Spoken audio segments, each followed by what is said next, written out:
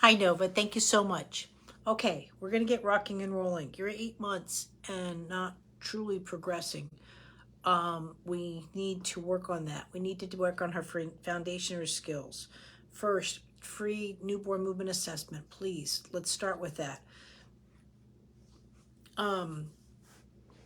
It's not the rolling over still is even just not a roll, and she's falling out of her belly versus rolling back onto her back. So better foundation, tummy time course. Yes, the infections have a lot to do with it in her getting sick, but she's at 8 months and we need to help her because she just was too heavy to move for herself. And so tummy time course, rolling over course, those are your two big ones. Then you're going to do the pubic bone course. This is the newborn movement assessment is there to just show you where the spine is lacking rotation in her hands. Even when she's rolling and playing, she's not reaching. Everything's just localized and she's bringing over here.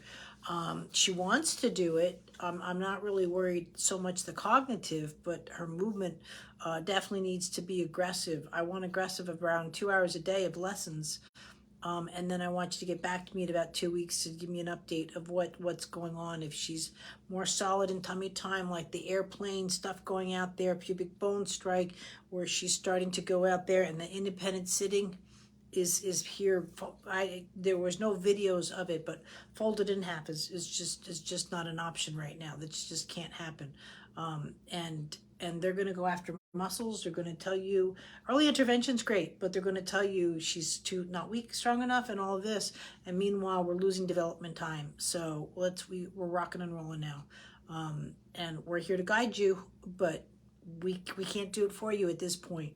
You've got to dive in, and that's going to be a must on this one. I don't want to lose her as far as her slipping through the cracks that way. Thanks.